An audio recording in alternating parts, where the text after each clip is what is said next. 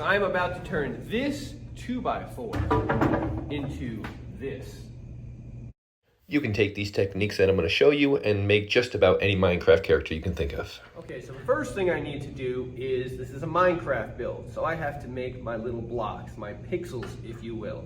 So I'm going to get as many squares out of this as I can, and I'm hoping to get 100 out of it. So when you look at a 2x4, you see the ends are actually rounded. I don't want that here. I want perfect squares because I want this to fit together properly. So here's what I do. The first thing I do is just shave off that little bit. So I'm gonna slide this down. And I'm just gonna take off like the width of the blade. Not too much. Just a little bit, just like that. And I'm gonna run this through, and then I'm gonna do the same thing to the other side. This isn't fast forward. Please don't try to cut this fast. So now this is squared off on the ends.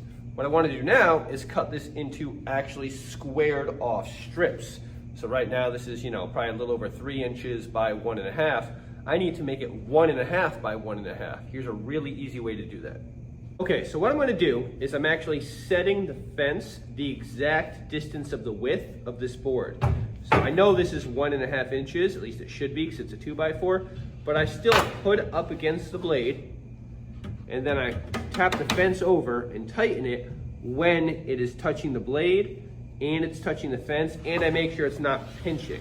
That is just touching. I can maybe go a hair tighter.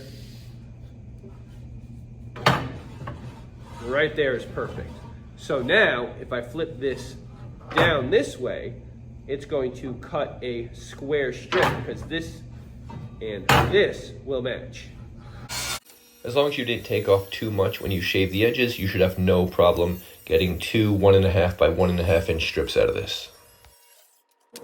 All right, so what I have now is these 2 8-foot strips, but they are each square, 1.5 by 1.5. Now is a cool little trick if you've never done this before. It'll make your life a little bit easier when you have to make a lot of miter cuts. Make sure you smash the like and subscribe buttons. So let me show you what I came up with. And I've seen tools you can buy to do this. I don't have one of them, so I kind of came up with my own thing. I need this to be this distance away. I need my 1.5 inches still, because I'm trying to make cubes. These are 1.5 by 1.5. I need by the other 1.5. I can't simply just slide it through this way from the end. Either I'm doing it without the miter head and I'm trying to freehand hold it up against here. That's not very safe. I can't do it with the miter head and slide it across here because sometimes the wood gets pinched and that doesn't work. So what I needed was a way to make it easily repeatable but not be pinching up against the fence. So here's what I do. I'm going to take a piece of scrap 2x4, like this. I'm going to move this over. I'm going to move it to right about 3 inches. Now, if I have that at 3 inches and I put this here, that should give me the same 1.5 inches here because this is 1.5. This 1.5 plus the 1.5 inches between here and the blade, when you think about it like this, it should work perfect. So I need this to be perfect, and that is, you see it's just touching the blade. But again, this is no different. I can't have it getting pinched between here.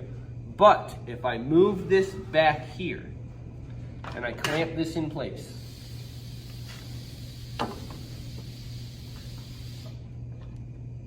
now what I can do is I can use my miter head, go up against here, and then move it forward. So when it actually cuts on the blade, it's not pinched anymore. It's not between these two things. Let me show you what I mean. Real quick first though, I'm not gonna do this with an 8-foot board here. I'm gonna cut this in half and then work with 4-footers. I can now take this, put it against here, and then slide it forward and make the cut. I'll do a couple with this open so you can kind of see it. I only lift that up for demonstration. Please use your guard. So you can see cubes. Now I just do the same for the other half, except I'm going to try and do them at the same time here. Let's see how that works out. it'll work twice as fast. All right, so I'm working on Steve here, and I have my little notes for what I need in order to make this. So first, I would need 64 blocks. So I have way more than 64 here, because I cut enough for a few projects that I'm gonna be doing. But out of the 64 blocks, I'm going to need 24 that I'm gonna stain dark, 2 that I'm gonna stain with a lighter brown, like a medium color, then 2 of them are gonna be painted white, and 2 of them are gonna be painted blue. So what I'm going to do here is actually stain multiple sides of these blocks because I'm not sure if I'm going to frame it or not. If you're framing it, you really only need to stain the face of it. But if you're going to have open sides, you want to make sure you have everything covered. So I did not show exactly how I glue Steve together, but I did do it with a villager. So let's check that out. All right, so I kind of have it laid out here. And what I do is I just glue a row at a time. So I know this is how I want them. So I'm going to take these, I'm going to flip them on their side. All except for the last one. And I'm just gonna put a drop of glue on each one here. Well, enough where it's gonna stay. So I do that to all those. Then I just flip them back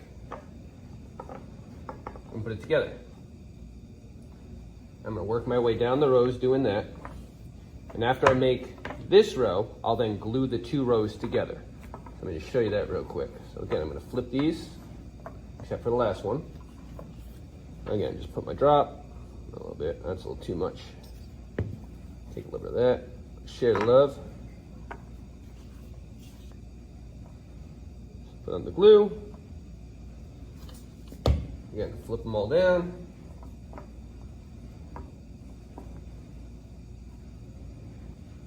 So those are glued. So now I'm gonna do is kind of attempt to turn them all together. And put glue on this whole thing. Then flip them back down. Now that can all go together. So I'm gonna work pretty quickly going through all this now. Once I get it all set, then I'll put clamps around it.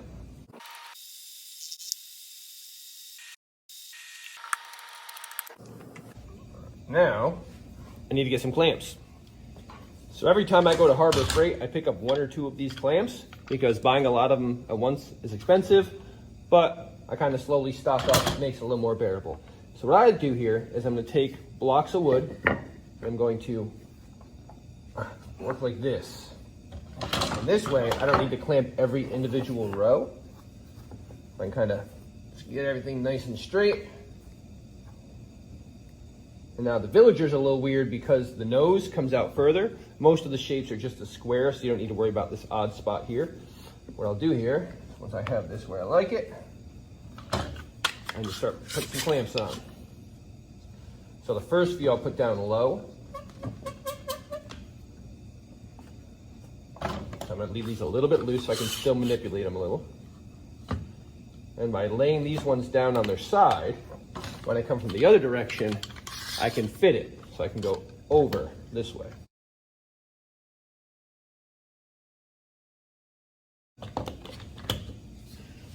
So now, I can basically work on tightening these clamps. Make sure everything kind of gets in the way I want it. And now again, the villager is a little different because I have the nose here. So I'm actually gonna do here for that is just put one right there. And just hits the whole nose. So if you have any start popping up, these are pretty flat, you can take a mallet and just tap them down. So I take something like this and just kind of